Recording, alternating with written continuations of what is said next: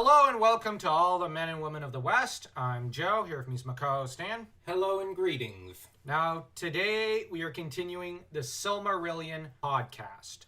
We last left off, the elves finally reached Aman. We are going to be continuing that narrative, but a bit sideways in some ways. Sideways and forwards. We're going to be getting into, yes, of Feanor and the Unchaining of Melkor, sort of. Next time we're doing the Unchaining of Melkor. Today we're just doing of Feanor. Namely, we're going to discuss the birth of Feanor to start with. Now, the Noldor had arrived in Aman, and Feanor was born shortly thereafter. His mother named him Curu Finwe, but in turn, he was also nicknamed Feanor, Spirit of Fire. He would typically be called more Feanor by many of those around him because there was a fire in his spirit. Feanor is probably the most unique fantasy character in some ways of all times. There is no other character like him in many ways. He is Tolkien's anti-hero falling from grace into villainy par excellence, as Indie Geek has put it. You look at the literature of, for example, Dragonlance, of Conan, of Game of Thrones, there is no one like Feanor. Feanor is one of the most complex characters ever written. He is also one of the most tragic, and near the end, one of the most diabolical. And his fall is a tragic one, but we see his entire life in the story. We see him go from babe to father to madman. It is Feanor who would also be the greatest inventor in the elves' history, inventing the Feanorian alphabet, which the Noldor would ever after use. He invented little kind of lamps that would be so crucial to the elves when they want to basically light a lamp at night. We all know how useful lamps are. But the greatest creation he ever made was the Silmarils. And the Silmarilli would be a plague upon all of Middle-earth, with its effect being felt even into the Lord of the Rings, as the Silmarils would to an extent also inspire Sauron to make his one ring. That said, Feanor's father, Finwe, greatly loved his wife Miriel. Miriel was a very fair and great elvish maiden, but she was of a fragile nature. I suspect it's from her that Feanor got his impetuous nature from. Now, I know a lot of people here on YouTube typically take Miriel's side. I really don't know why. Now, I'm not saying Finwe was right or he's all that smart. He's not. Miriel just strikes me as one of the most unsympathetic characters. I have to admit, first time I read the book, I didn't know what to make of her. Second time I read it, I didn't know what to make of her still. Third time, I didn't like her. Fourth time, I'm basically going, yeah, I don't like her. Me personally, I don't know what to make of her. You're still at that phase, huh? Yes. Hopefully I'll make a convert of you. Hopefully. But now let's talk about what she's kind of not done badly. Fell in love, she had a kid, but so much of her essence poured into her child. In the nature of Middle-earth, it is explained that elvish mothers give birth. There's a huge amount of their spirit that goes into their child, and that it's an exhausting process. And that's why the elves don't reproduce as often as, say, humans or dwarves. It's just a draining and sometimes traumatic experience, unlike anything humans could ever experience. But the problem with Miriel is that she had postpartum. And as the elves feel relations between man and wife and feel childbirth far more keenly than humans, so too did she feel postpartum on a greater level. What she ended up doing was committing suicide with the approval of the Valar, which is where I first start to lose a bit of sympathy for the Valar. The Valar are saying all that Eru has created is holy. We don't approve of suicide, except this time. The Valar are already kind of playing fast and loose with Eru's plans, simply because the mood struck them, which that is the height of impetuousness. She would go into Lorien more and more often, till she just willed herself to die because she was miserable after postpartum. Finwe was miserable for a time but believed Miriel would recover. She didn't. Now, in the nature of Middle-earth, it's explained that the elves can only die from wounds or willing themselves to death. Now, we can probably regard willing yourself to die as essentially suicide. It is a form of suicide. I know many people may not like this point of view, but to me it seems like Miriel took the coward's way out. A lot of her spirit went into Feanor. That's undeniable. It is equally undeniable that a lot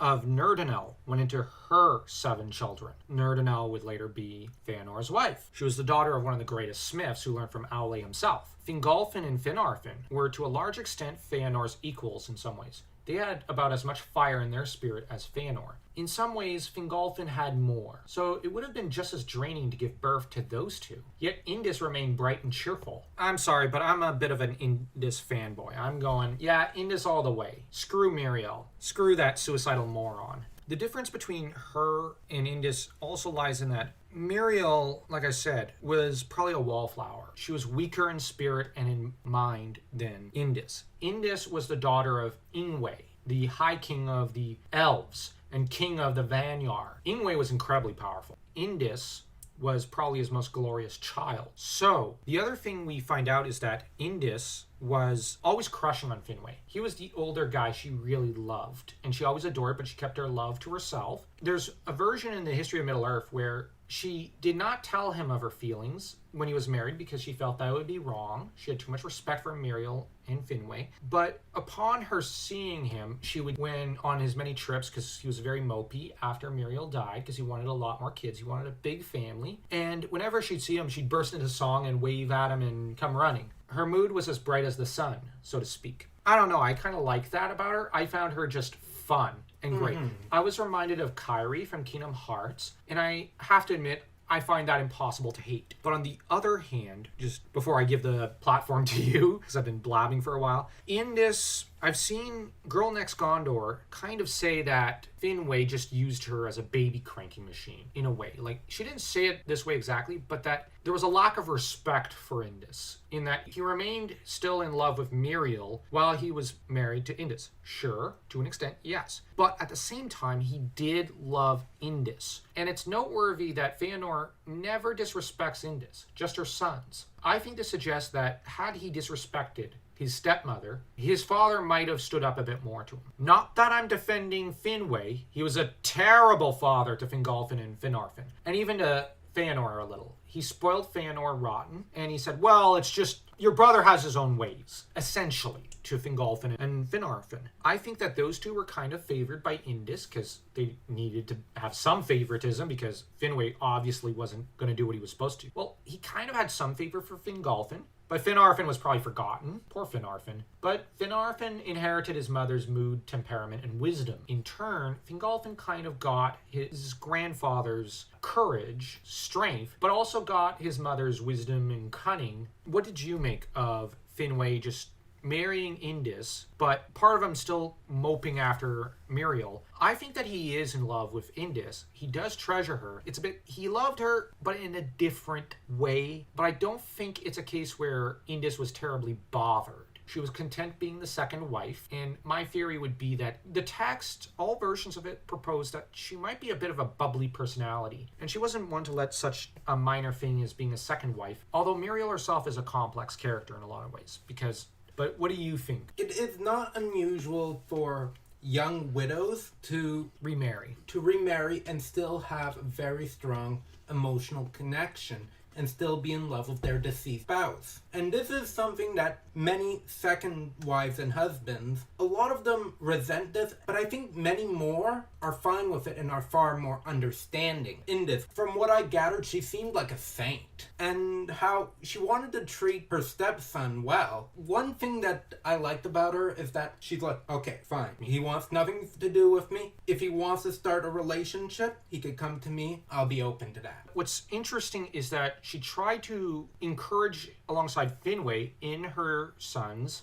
a bond with Feanor. Fingolfin only comes to, I think, kind of hold his older brother in contempt after the Helgaraxe, which, who could blame him? But before that, Fingolfin seems loyal and like he's trying to be understanding and respectful of his older brother. I really like this dramatic bond between all these family members. I have to admit, I do think Indis is a bit of a saint. Miriel, I get why you're basically going, I don't know what to make of her. She's a hard character to grasp. Once I did, after reading the history of Middle-earth twice, I found myself just going, I don't really like her. But on the other hand, I find Finwe a bit of an idiot. The meme of the house burning and the dogs going, oh, this is fine. That's what Finwe is doing. The entire, if you love him enough, you'll see reason. What I almost find hilarious is that Fingolfin tries the, if I love my older brother enough, he'll come around. Until the Helgar say, and losing his daughter-in-law, and Fingolfin goes, no, suspect that his lack of smiling and whatnot damaged Feanor in his childhood. His dad was a single pops, but he saw his dad at his lowest, just crying and perpetually depressed. I just love the scene of, in one of the versions, you have him in a flower field. He's traveling to visit her dad,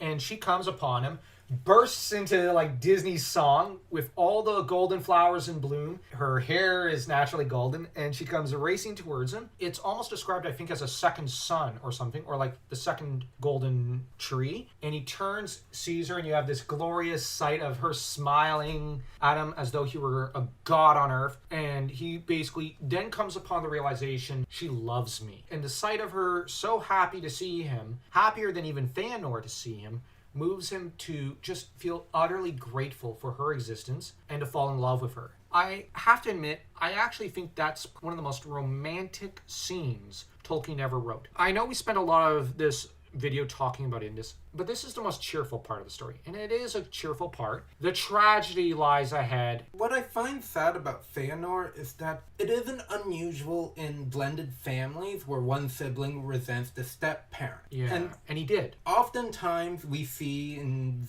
fairy tales and whatnot, the step-parent being the evil one, the one that wants to do away with the other child. In the Grimm fairy tales, sorry for interrupting, it's always the wicked stepmother. In recent, 20 to 30 years, it's been the wicked stepfather, I've noticed. Feanor seems jealous. He wants dad to himself. He wants dad to himself. He thought he could fix dad. But it's sad because he, maybe on an unconscious level, he's like, only I can fix dad. And this has damaged him, which makes him all the more tragic because somewhere in his psyche, he has a reverse Oedipal complex in a way. It's not his mom that he craves for, but his dad. And he adores his dad. And his dad and him have one of the most beautiful bonds there is between father and son, but he cannot fix him. But on the other hand, I also like how Tolkien, in a way, subverts the wicked stepmother thing. I'm just saying. I know a lot of people don't like the term, and I get it. But I like this subversion in that you have, rather than a wicked stepmother, you have a gentle, beautiful stepmom who loves her stepson and isn't trying to promote her own son's interests against that son. She wants her sons to love Feanor. She wants them to all have a bond. Naturally, she kind of likes her boys better. They're a lot more likable, for one thing. But she is trying to weave this family back together. Finwe is trying, to an extent, to try to bring it together. Fingolfin and Finarfin are trying. Feanor's sons, at one point, are trying. But the problem lies with Feanor. And I just love that Tolkien makes the stepmother a good figure. But the real villain, in a way, and I know people won't agree with me, is Miriel. She should have probably done a little better. I'm going to end this video with one quote, if you don't mind. Very well. Many saw the effect of this breach within the house of Finwe, judging that if Finwe had endured his loss and been content with the fathering of his mighty son, the courses of Feanor would have been otherwise, and great evil might have been prevented. For the sorrow and the strife in the house of Finwe is graven in the memory of the Noldoran elves. But the children of Indus were great and glorious, and their children also. And if they had not lived, the history of the Eldar would have been diminished. Now, I'm going to say this much. I agree with that last part a great deal. I think, on the other hand, one could almost say instead, the effect of this suicide on the part of Miriel was to spread a great deal of evil, and great evil might have been prevented, as well as sorrow and strife, had Miriel simply accepted her birth of her mighty son, rather than rejecting it and committing suicide. And I know that's a harsh view on it, but like I said, I don't really like Miriel. And I get where Girl Next Gondor, for example, is coming from. Honestly, Girl Next Gondor is a better reader than I am. Let's just accept it. I adore her channel. Seriously, go watch her videos and subscribe, people. She's fantastic. She almost never has a wrong take in terms of Tolkien and his literature. But I do politely and respectfully disagree with her. I agree with her on Finwe. I agree with her on Feanor, but I don't agree with her on Miriel. Miriel is not an innocent here. She is the villain, in a way. Well, I'm not counting Melkor, of course. That's pouring oil on a fire to try and put it out. But the ultimate culprit here in this breach is not Indis, is not, to an extent, Finwe.